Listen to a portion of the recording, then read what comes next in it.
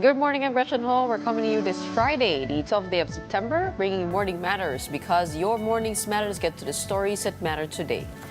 Former President Rodrigo Duterte's lawyer told the International Criminal Court his client is unfit to stand trial for crimes against humanity due to cognitive impairment. The counsel argued Duterte cannot recall events, dates, or family members and is unable to understand the reason for his detention.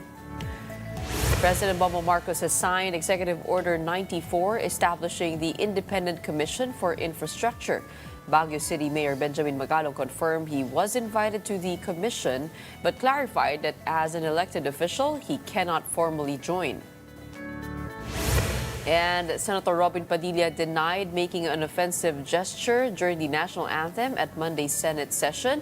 He clarified that he extended his index finger, which he explained is a sacred gesture in Islam. Welcome to our program, Morning Matters, where we talk about the issues you need to know for the rest of your day. Now, first on the agenda. President Bongbong Marcos has signed Executive Order number 94, establishing the Independent Commission for Infrastructure. The body will investigate alleged corruption and irregularities in flood control and other infrastructure projects nationwide. A News 5 source revealed that former Supreme Court Justices Antonio Carpio and Estela Perlas Bernabe will be among its members, along with a forensic accountant. They were chosen, the source said, for their integrity and expertise. The president earlier noted the commission will have 4 members and stressed that no politicians will be included. Baguio City Mayor Benjamin Magalong confirmed he was invited to serve as an advisor to the upcoming investigation of the Independent Commission on Infrastructure. He clarified, however, that he cannot formally join the body as a member since he is an elected official. Magalong assured that the members of the commission are credible and capable of handling the investigation independently. I won't be a member of the commission. I'm not allowed being an elected official. But I was asked to help in the aspect of investigation. In what capacity? Advising lang? Yes, as an advisor.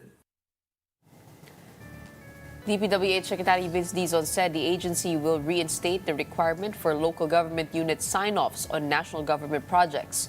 In an interview with Ted Filon at DJ Chacha, Dizon said a department order formalizing the measure will be issued next week. The secretary also plans to review the history of the policy, including when and why the sign-off requirement was removed. The move aims to strengthen coordination between the DPWH and the LGU, ensuring local authorities provide formal, documented approval for projects in their areas. Makakaasa po yung ating mga mayors, yung ating mga LGUs na ibabalik po natin to dahil ito po mismo ay direktiba ng Pangulo. As early as next week po, ilalabas na po natin ang department orders. Public Works Secretary Vince Dizon has filed complaints before the Office of the Ombudsman against DPWH officials and contractors allegedly involved in anomalous flood control projects. MOBA journalist Julie Baiza has a report. Public Works Secretary Vince Dizon personally went to the Office of the Ombudsman to file complaints against 4 contractors and 20 former DPWH employees involved in anomalous flood control projects. Included in the charge sheet are the so-called Bulacan Group of Contractor or BGC Boys, former District Engineers Henry Alcantara, Bryce Fernandez, and JP Mendoza, as well as Sims Construction, Wawaw Builders, IM Construction, and the Discaya family's St. Timothy Construction. The complaints were graft and malversation of public funds, which are non-bailable and if proven guilty, could amount to a penalty of reclusion perpetua or a lifetime in jail. Open and shut case ang mga ito. Ibig sabihin, madali po itong mag-establish ng probable cause. Naniniwala kami na madaling i-establish ang probable cause. At dahil doon, mabilis na ma-file at mabilis din makakadesisyon ang ating mga korte. The Ombudsman will now conduct preliminary investigation. If it finds probable cause in filing the cases against the accused, it will then elevate the matter to the Sandigan Bayan. Senator Ping Lacson admits he pushed for the filing of cases against the infamous BGC Boys so that the Anti-Money Laundering Councilor AMLAC can freeze their bank accounts and assets immediately. As for the politicians implicated, Dizon says he is putting this into the hands of the Independent Commission for Infrastructure Malacanang is forming. Hindi namin kayo titigilan. The people deserve justice. Pera ng tao to. Nakita naman natin yung lantarang pagpapakita nitong mga taong to nung ninakaw nilang pera sa taong bayan.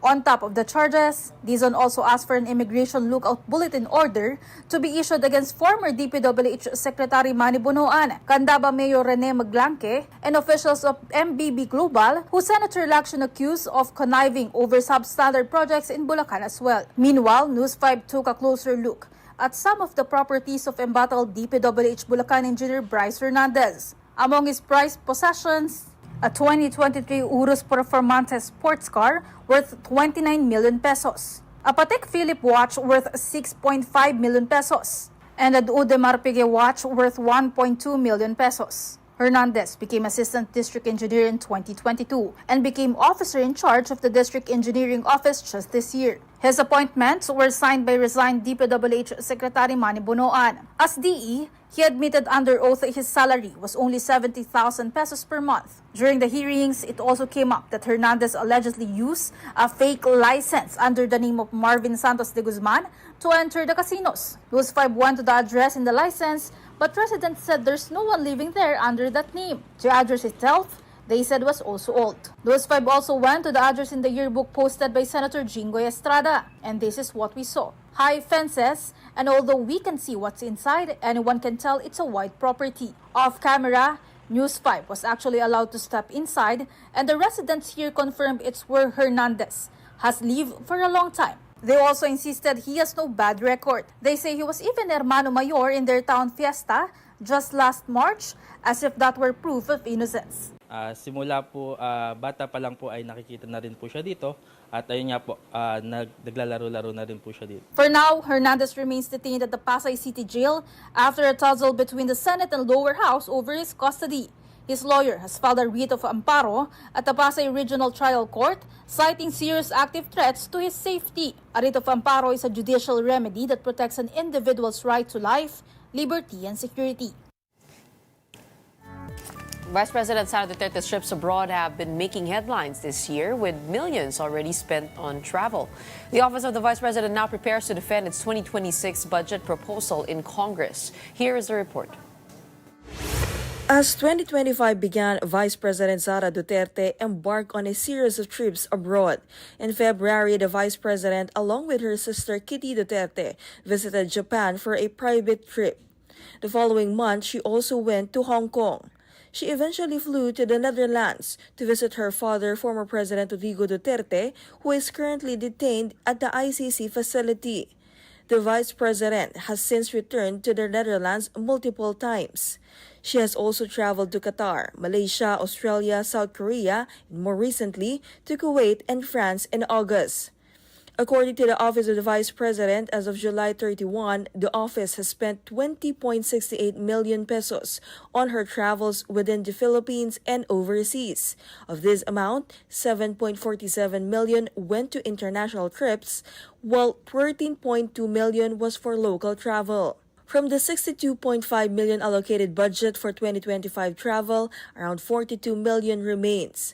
The OVP clarified, however, that the Vice President shoulders her own personal expenses. The government funds are used only for the mandatory security and civilian staff accompanying her. We'd like to emphasize that all the travel overseas of the Vice President is covered by a travel authority and did not include any public funds. For next year, the proposed travel allocation for the OVP has been reduced to 20 million pesos.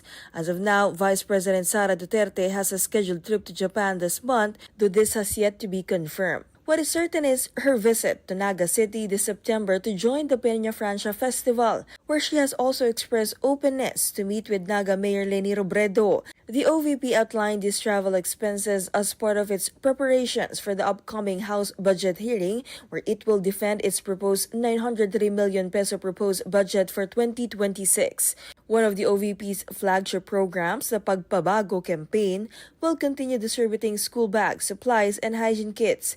However, it will no longer include the Vice President's controversial children's book, Ang Kaibigan, which last year had a 10 billion budget request. We took note of the comments and recommendations of the Congress during the budget deliberation of the OBP last year. So we took note of that. And again, for this year and the years moving forward, the pagbabago bag will include the bag itself, and it will contain school supplies and the dental kits. It is still unclear whether Vice President Sara Duterte will personally attend today's budget hearing. For News 5, Camille Samonte, We Are One News. And coming right up, Rodrigo Duterte's lawyers said the former president is unfit to face trial at the ICC because of a cognitive decline. This impairment allegedly prevents Duterte from recalling basic information and understanding the charges against him. We'll talk about that when Morning Matters returns after a quick break.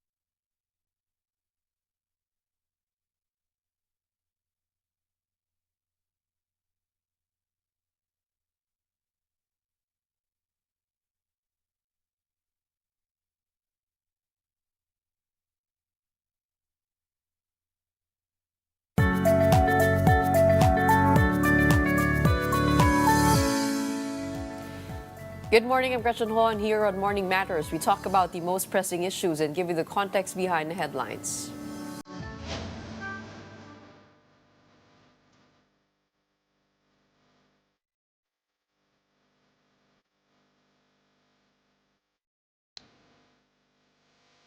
Lawyers for detained former President Rodrigo Duterte told the ICC that he is suffering from a deteriorating cognitive condition.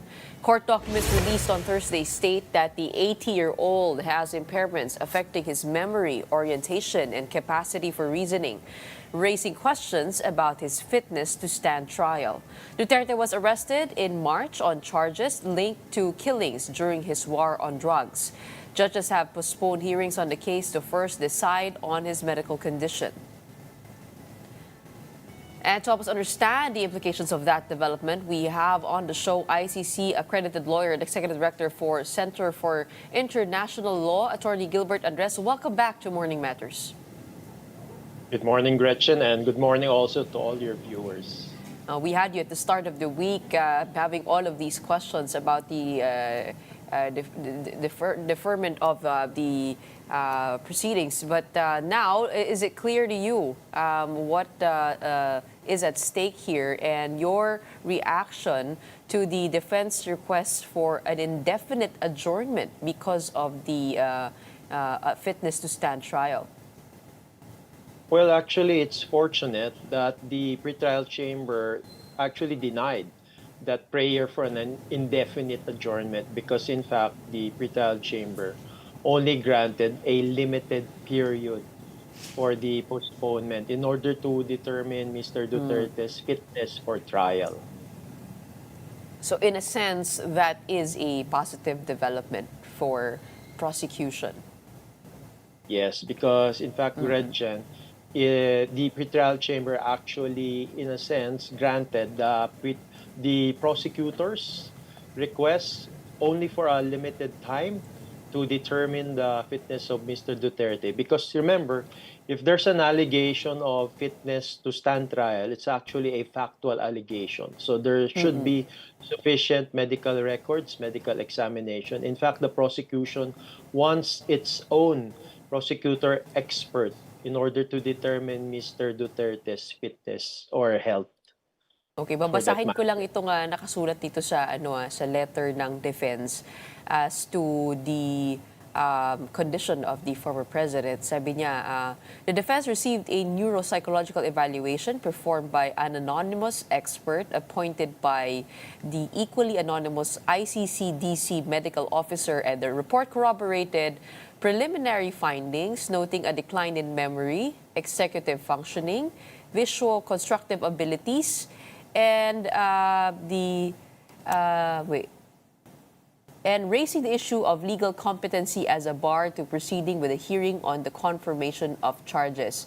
And the degree of cognitive decline renders him unfit to stand trial, and judicial accommodations are unlikely to restore functional capacity sufficient for full trial participation, and Mr. D is currently unable to meaningfully participate in the legal proceedings against him. What was on your mind when you saw all of this? Well, actually, Gretchen, if you look at fitness to stand trial, it's actually a legal term. That's why the prosecution, in its response to the defense, actually stated that the expert, the medical expert, should not only be an expert in the medical field. He or she should also be an expert on legal matters, on the legal proceedings, what it takes to actually stand the rigor of trial. That's why the prosecution also wants its own expert to actually determine the health of Mr. Duterte vis-a-vis the rigors of standing trial. So these are only factual allegations by the defense.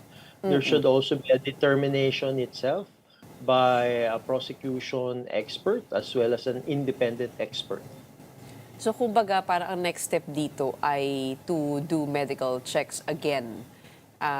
Kung from a medical professional who has both the legal expertise and the medical expertise. Yes, correct. Because Pero hindi it's ba not ito only ay provided din ng yung neuropsychologist po ba yun? The doctor provided by the ICC medical office, isn't he competent already? Yes, but actually there are also some allegations, even by the prosecution, that there are some contradictions or there's just initial findings. So there's actually no 100% corroboration. That's why the prosecutor is asking also for its own medical expert to examine Mr. Duterte based also on the medical records that were provided to the defense. So this is really just what's called equality of arms. Whatever is provided for the defense should also be provided for the prosecution. In fact, we would like to argue that it should also be provided for the victims. And the victims should also, views and concerns should also be heard on this matter. Okay. Pero in the history of the ICC, has this ever happened? That the suspect has, the main suspect here, the perpetrator, has a cognitive decline and is unable to stand trial. Paano po pagka ganun? Meron na po ba tayong jurisprudence? Actually, based on the ICC jurisprudence, there has been allegations of not being fit to stand trial, but the chambers have not yet granted any adjournment or any postponement based on being unfit to stand trial. Wala pa pong nag-grant actually yung chambers ng ICC. So this will be a test case, and we hope that there will really be a full determination on Mr. Duterte, because in fact that was the reason why the confirmation of charges was actually postponed. It's just a limited period so that the pre-trial chamber can look at all of the documents and all of the experts, whether by the defense, independent, or by the prosecutor, so that it has all the necessary information to have a full determination. In short, all parties must agree on on a set of facts here that are before them, meaning yun nga po, no, yung medical records na tinatawag, before moving on to the possible outcomes. And speaking of which, if the court does find the former president unfit to stand trial, ibig ko sabihin na hindi siya makapag-participate because of the cognitive decline, hindi na niya maalala. Ano kaya pwedeng mangyari dito sa kaso? Pwede pa rin ba itong magtuloy? Well, actually, nandun din sa decision ng pre-trial chamber that all parties and participants should be ready in a moment's notice, because there's actually a collateral there that, if applicable, then we can say that it will continue on to the confirmation of charges. So this is really just a period to determine the health and fitness of Mr. Duterte. Although I'd also like to add that there was actually a dissenting opinion by one of the judges to say that fitness to stand trial is actually a determination by the trial chamber. But this is still pre-trial. So, in fact, based on the dissenting opinion, it says that this is not within the ambit of the pre-trial chamber. It's within the ambit of the trial chamber. Kumbaga, kailangan mo na mag-proceed to the next stage, which is the actual trial, before this is even determined. Oo. Okay. Posible ba, for example, the former president does have cognitive decline. Is it possible that the people around him will be the ones to speak for him and defend him and state his case? Or kailangan siya mismo yung sumagot sa mga allegations? Well, in fact, it's provided for in a confirmation of charges under Article 61 of the Rome Statute, that the suspect, the person concerned, can even waive his or her presence in a confirmation of charges. So it's not really indispensable for the suspect to really attend a confirmation of charges, because such attendance can even be waived by that person. Oo. Pero sa actual trial, when we get to that, what are the outcomes here? Possible outcomes? If it's actual trial, it presupposes na-confirm na po yung charges, doon na po talaga yung determination whether fit for trial. If we just based it on the Rome Statute. Oo. And in fact, talagang ang rule talaga, ang general rule when it comes to trial is that there's no trial in absentia. The person who's actually the accused should be present in court. And can his lawyer speak for him at this point, kahit na may cognitive decline? Well, it's really a factual presumption. This is a hypothetical, because us lawyers we're really dependent on the instructions of our clients. So there's really that fiduciary element. So that's the reason why that's the argument of the defense. But the counter-argument of the prosecution is that hindi naman talaga kailangan yung full, na parang at its highest na talagang cognitive abilities, hindi naman talaga yung parang in the 20s or in the 50s ni Mr. Duterte.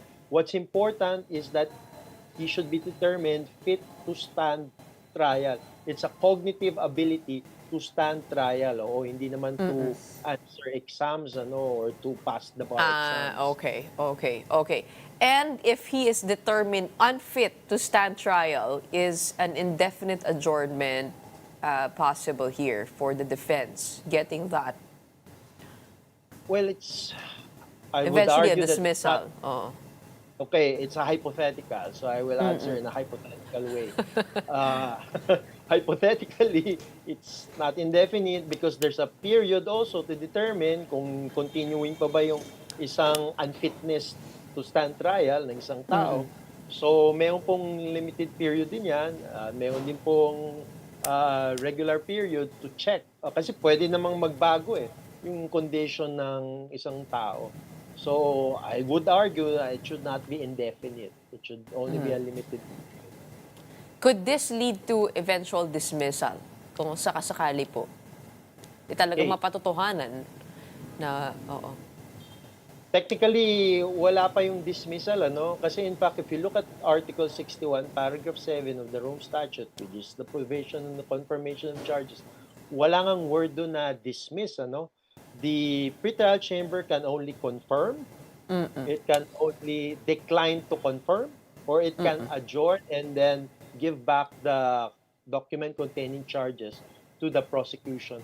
Oh, ganito kasi, Gretchen, walang dismissal kasi the prosecution, even if the pretrial chamber has declined to confirm, the prosecution can always refile based on newly discovered evidence. Kaya wala yung word na dismiss. It's really Okay, so decline. is adjournment in the same category as table or archive?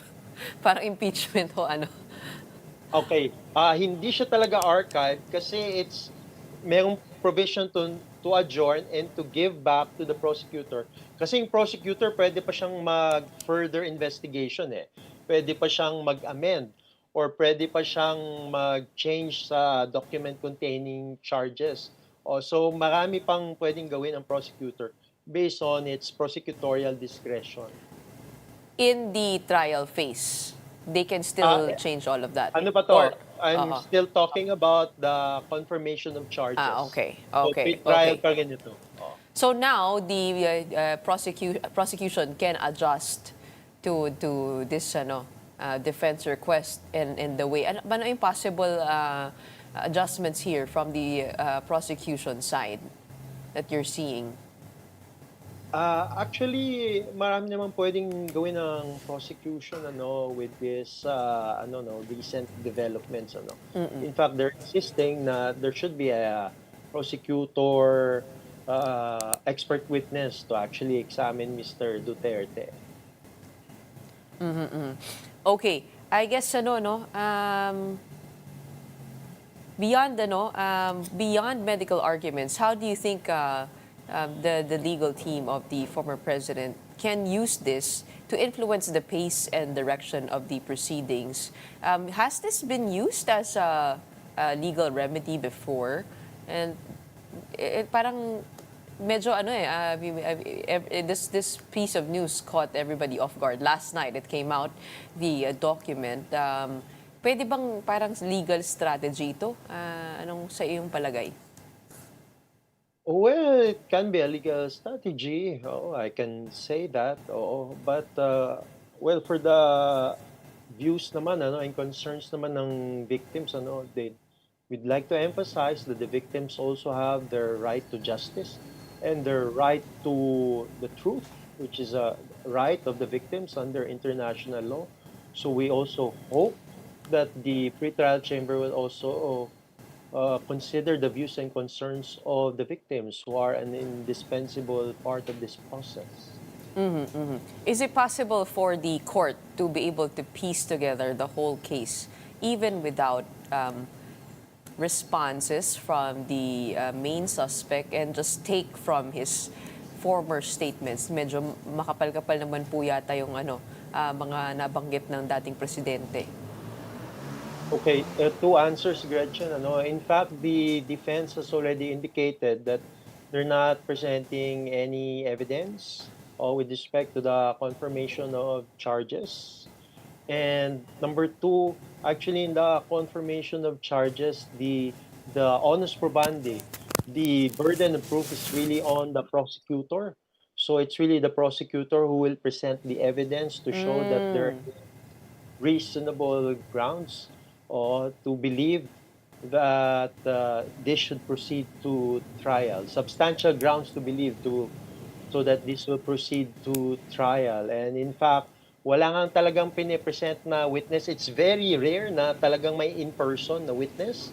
It's really more of witness affidavits, witness statements under oath na pinipresent ng prosecutor.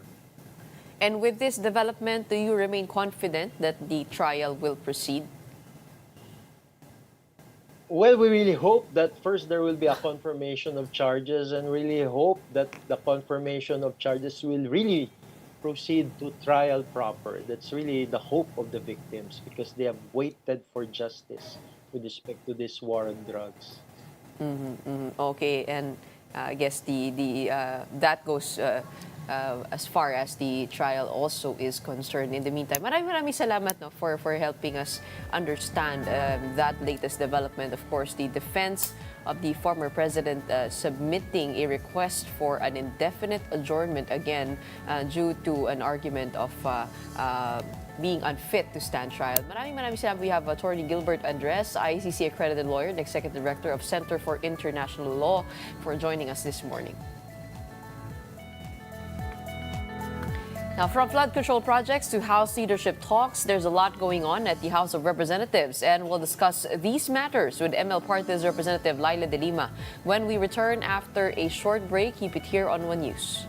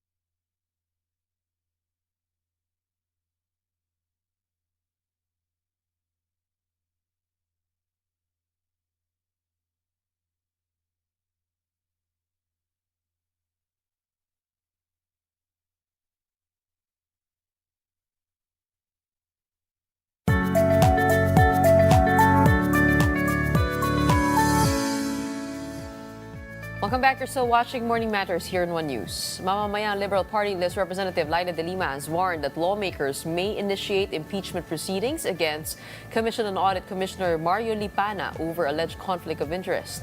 De Lima raised concerns after it was revealed that Lipana's wife, Marilu Lorio Lipana, heads a firm that secured millions of pesos worth of flood control projects from the Department of Public Works and Highways. De Lima said this could amount to betrayal of public trust and even graft and corruption, both impeachable offenses under the Constitution. One of us or some of us may initiate impeachment proceedings against him because it clearly falls under one of the grounds, betrayal of public trust. And joining us today to discuss this issue and other matters, we have Mamamayang Liberal Party List Representative Laila De Lima. Magandang umaga po sa inyo, Congresswoman.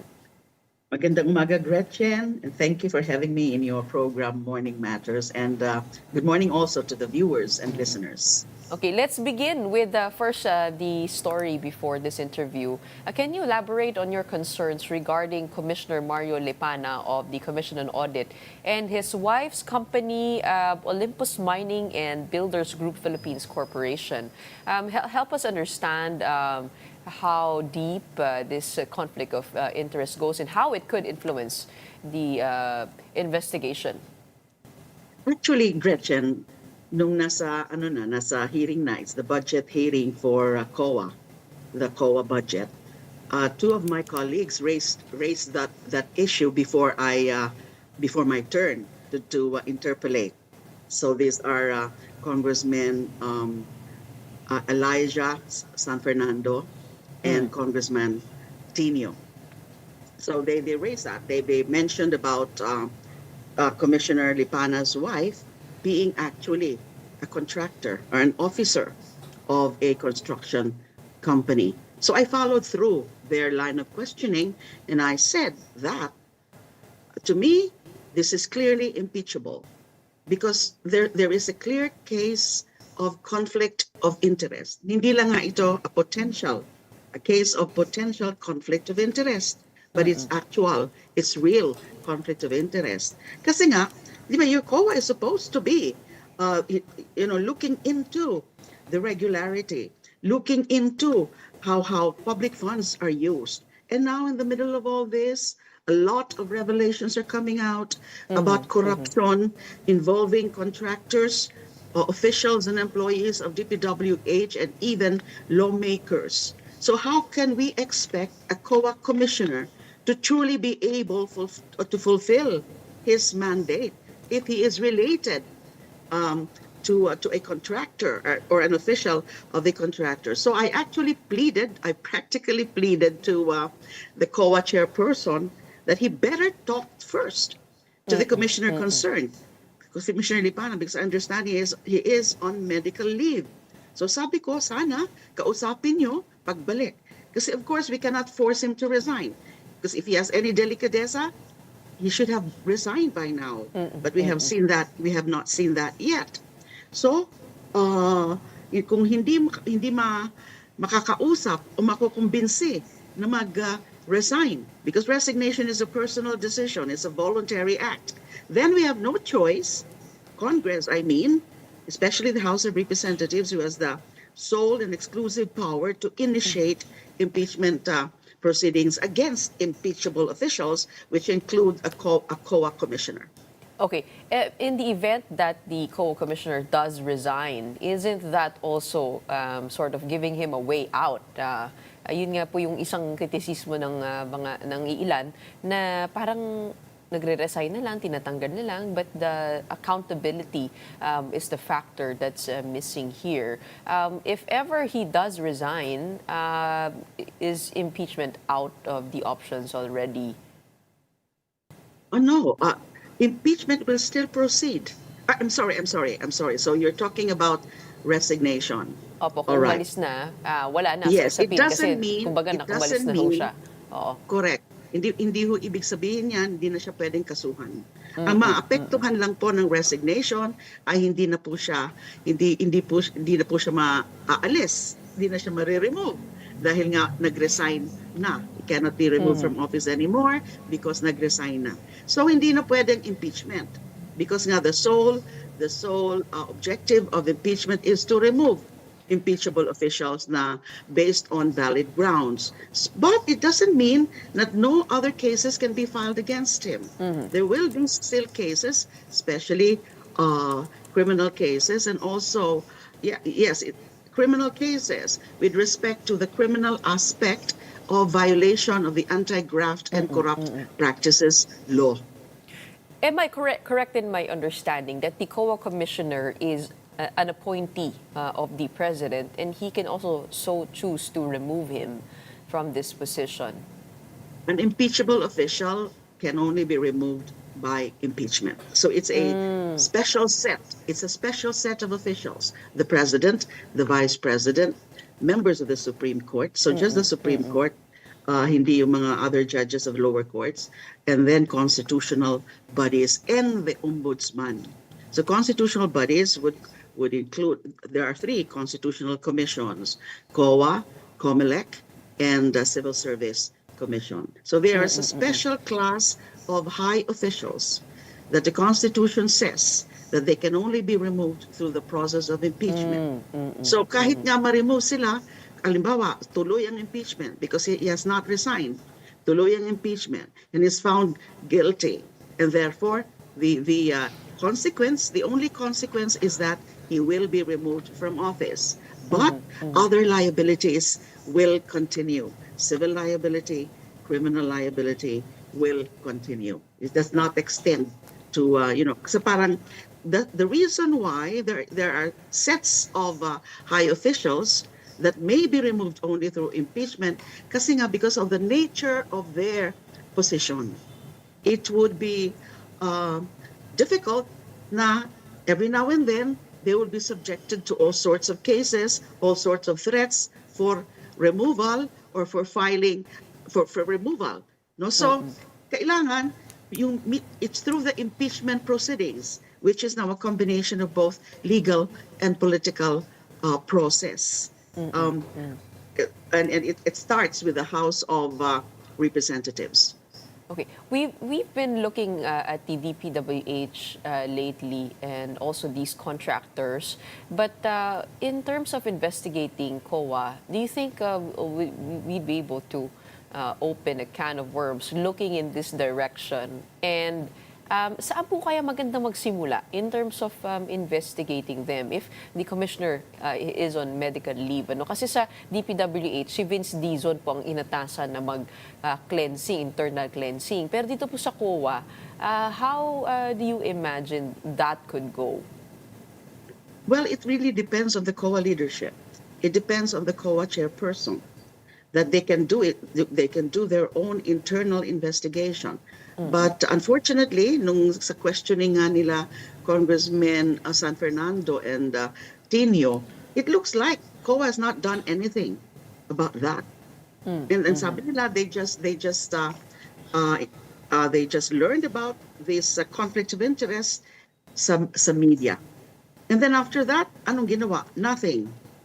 So I even asked them, did you talk already to the commissioner? Hindi pa daw. So why?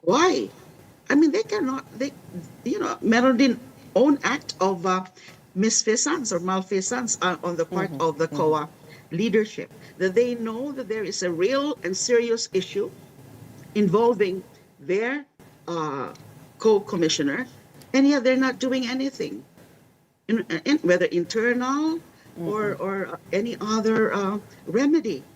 So while ideally COA on its own can already initiate its own inquiry into the matter, validate everything about the status of the commissioner and also of his wife in relation to the construction company, and recommend his removal or vote or recommend for his removal. But of course, they cannot do it because it's the commissioner is an impeachable official. But they can always refer the matter either to the Ombudsman and even to the House of Representatives in initiating an impeachment complaint. But is the House looking to subpoena the COA commissioner? And not yet at this point. Okay. I actually just floated the idea that if nothing happens, if the commissioner would stay in his office despite this clear case of conflict of interest, then what I said yesterday in the hearing is that the House would have no choice anymore but to initiate impeachment proceedings. One of us or several of us can always initiate an impeachment proceedings. Okay. Speaking of conflicts of interest, no, there's another one that has been brought to light, and that is the connection of former DPWH Secretary Manny Bonoan with Global Crete Company Corporation with MVP Corporation that is owned by his own daughter. Sa palagay po ninyo, pareho po itong itong kaso na to, yung kay COA Commissioner pati kay DPWH Secretary Bonoan. Sabi po ni Vince Dizon, wala pong direct connection si Secretary Bonoan. Pero anak po niya eh. Paano po yun?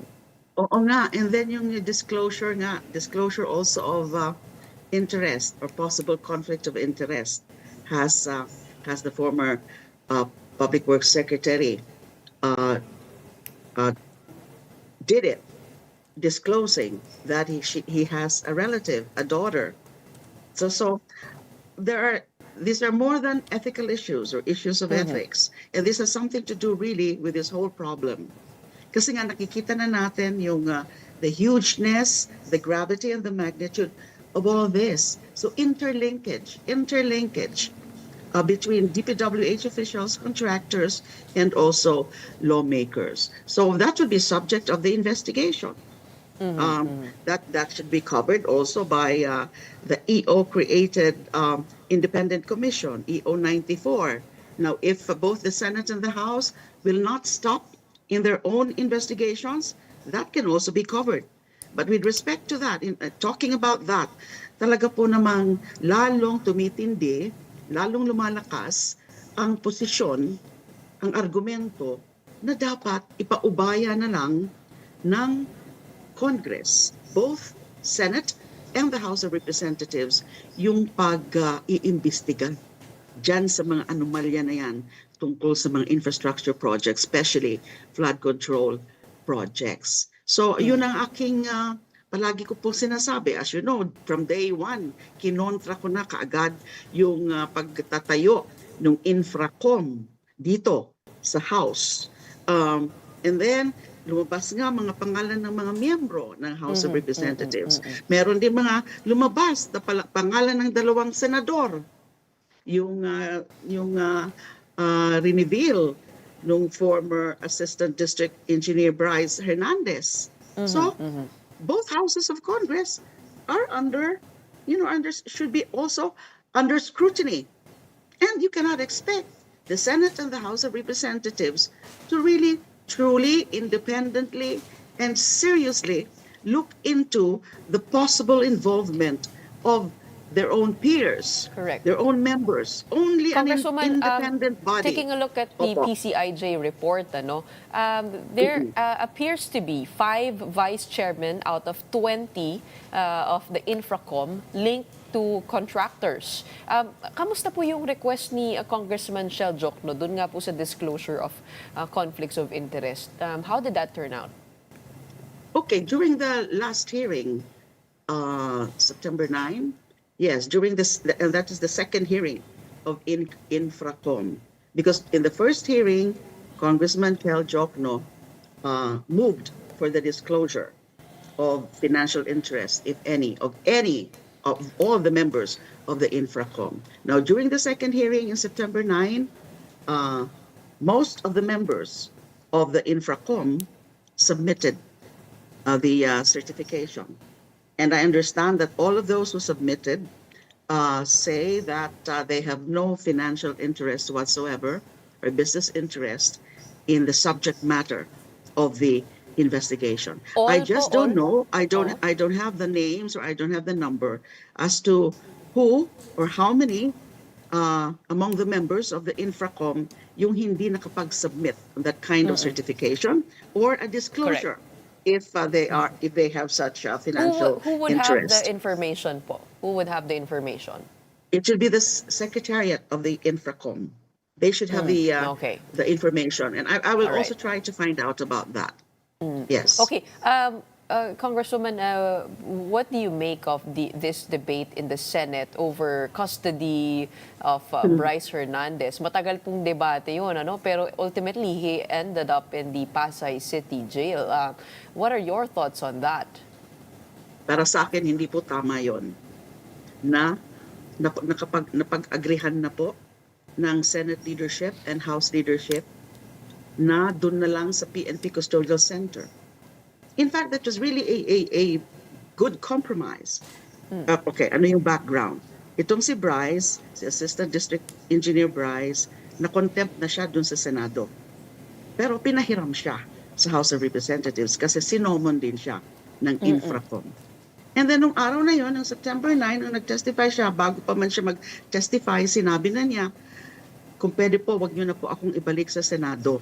So, tinanong siya kung bakit. Natatakot po kasi ako. Tapos, then, he started disclosing those things about the alleged involvement of 2 senators, Senator Joel Villanueva and Senator Jinggoy Estrada. So, the Infracom, the chairpersons, deemed it best to render protection dito kay Bryce. And since dati na siyang naka-detain sa Senate, na-contempt siya doon, to be fair, middle ground Kasi ano yung pinakamotibo ng House of Representatives, yung Infracom, kung bakit gusto rin siyang i-protect. Dahil nga, may mga siniwalat siya ng mga Na mabibigat po dalawang at hindi ho senador. biro. Oo, yung kanyang Hindi mga po pangalang biro yun. ibinigay. So natural lamang na mangangamba itong si Bryce Hernandez na ibabalik siya sa Senado kasi nandun yung kanyang mga bigla na lang tinuro. No? So, it's a sort of a compromise, middle ground. Oo. Diyan na lang sa PNP Custodial Center. And it's a What, relatively safer place. Correct. Kung i-compare mo sa ordinary jail facility like the city jail. So mali po yun. And tama nung una ni Senate President Tito Soto na he was also insisting out of interparliamentary courtesy, nag-usap kasi yung dalawang leaders na ganun ang agreement, tama siya. Kaya lang, unfortunately, nung after the break, I wasn't sure if it was submitted to a vote by the plenary. Senator, I don't mean to bring this up, but I know you had stayed at the PNP Custodial Center. What do you know of the Pasay City Jail? Marami pong nangangamba dito para sa buhay ni Bryce. Opo. Yung mga city jails kasi ordinarily or generally, unang-una, grabe ang congestion. So, pag grabe ang congestion, merong security risks. Wala ka naman, halo ka sa maraming mga detainees dyan sa city jail. So, mas vulnerable siya to harm than when sa PNP Custodial Center. PNP Custodial Center, comparatively speaking, is safer than any ordinary jail facility. Although, alam niyo naman yung nangyari sa akin noon na na-hostage ako. Pero na-hostage ako within the facility. At siguro hindi naman mangyayari na yon.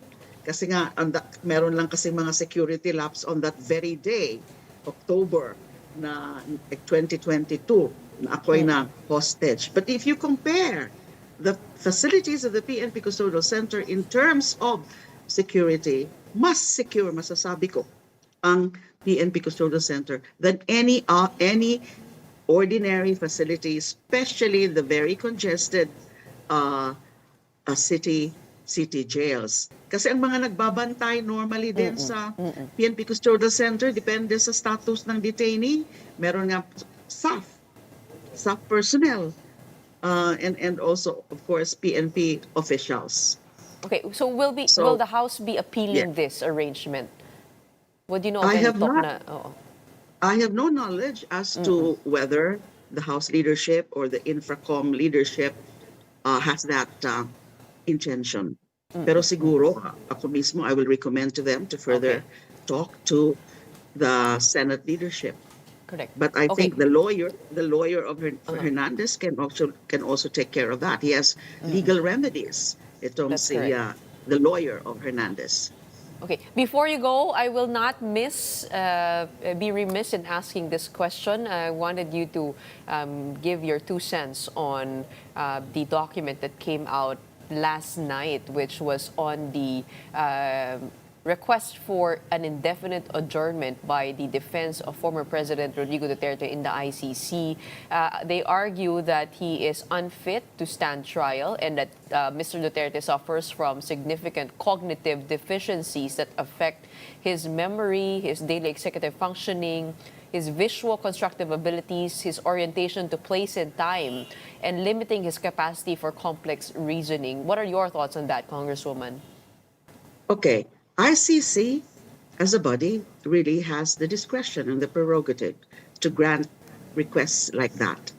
Now, it is, of course, premised on a validation or verification of the grounds put forward by the lawyer. Yung mga sinabi mong ground kanina, Gretchen. So I suppose there is a way, or there was a means and process on the part of the judges, the ICC, as a body, to first validate or verify that condition as cited by the lawyer in that request. So we would not know now how factually correct yung mga sinight na grounds. But again, I don't think the ICC will grant that kung hindi muna nila nagkaroon o hindi muna nila verify yung sinasabing condition of the former president. Ang atin na lang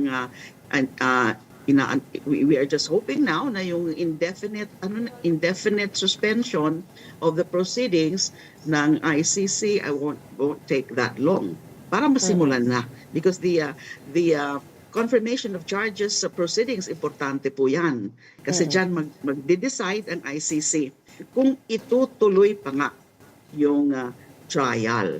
So cognitive impairment, so that is something that is both physical and also psychological and maybe emotional, cognitive impairment.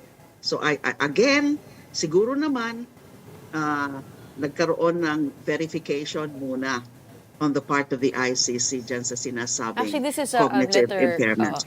This is a letter from the defense, no? Ito po yung kanilang request. Pero I think they gave a limited period of deferment para po ay maaral po nila yung tunay na medical condition ng dating presidente. So mukhang hindi pa po nako-confirm, But there is a neuropsychologist who did the medical examination upon the former president. Pero kung sakasakali po, I mean, how will this affect the pursuit for justice for the drug war victims? Could this, ultimately lead to this trial being cut short?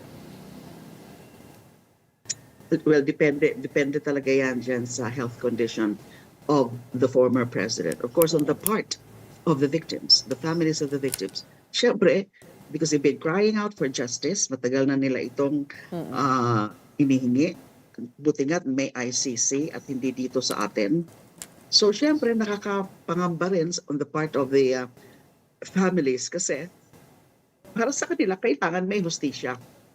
Panagutin yung talagang may kagagawan. Lalo na yung pinaka-mastermind, sino nag-utos dun sa mga pagpatay na yun at alam naman natin na it's the former president.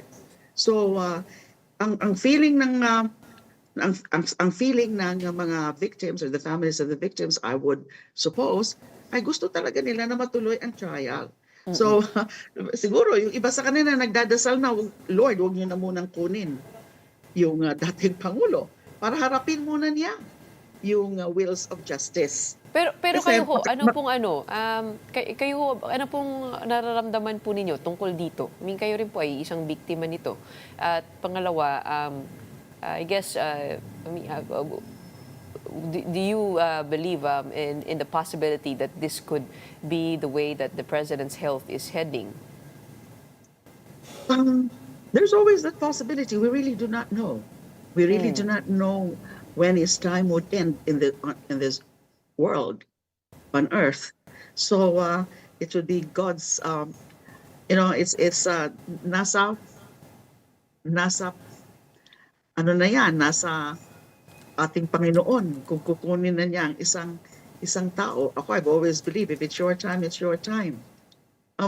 Kaya nga, sabi ko nga, siguro naman, hindi pa naman siya kukunin talaga because he has to face the wills of justice. And then kahit mawala na siya, hindi naman po ibig sabihin mag-stop na yung ICC investigation. Kasi meron pa dyan matitira na mga lilitisin din at pwedeng litisin ng ICC.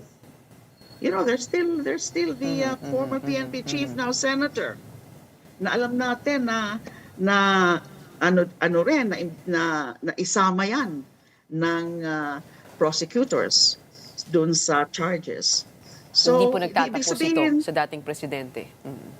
Yes, hindi po yan magtatapos sa kanya lang kasi meron pang mga iba na mga dapat panagutin. Okay, maraming salamat po for weighing in on with us on the ICC developments and also the flood control probe. Thank you so much for your time this Friday. We have Mamamayang Liberal Party List Representative Laila De Lima. Thank you. Good morning. Moving on over to sports, Las Pilipinas men are set for a historic debut as the Philippines host the FIVB Volleyball Men's World Championship. The national team opens its campaign against 11-time African champion Tunisia later today at the Mall of Asia Arena, following a grand opening ceremony. 32 of the world's top squads, including defending champion Italy and world number 1 Poland, will compete in Manila until September 28. Las Pilipinas, ranked number 82 globally, has trained under Italian coach Angiolino Frigoni, who urged Filipinos to pack the stands and cheer the team on. Again, the FIVB Games open today. It's September 12, Friday. That will be held until September 28. Let's head on over to our sports venues and catch the games for a once-in-a-lifetime experience. The FIVB Men's Volleyball World Championships are here in the Philippines, and we celebrate that. I heard there might be a possibility of having Laila Barros too, so let's watch out for that later today. Now that wraps up today's episode of Morning Matters. We hope we've given you the right start to your morning. Let's go ahead and make the day matter. My name is Gretchen Ho. We are One News, all sides, all the time.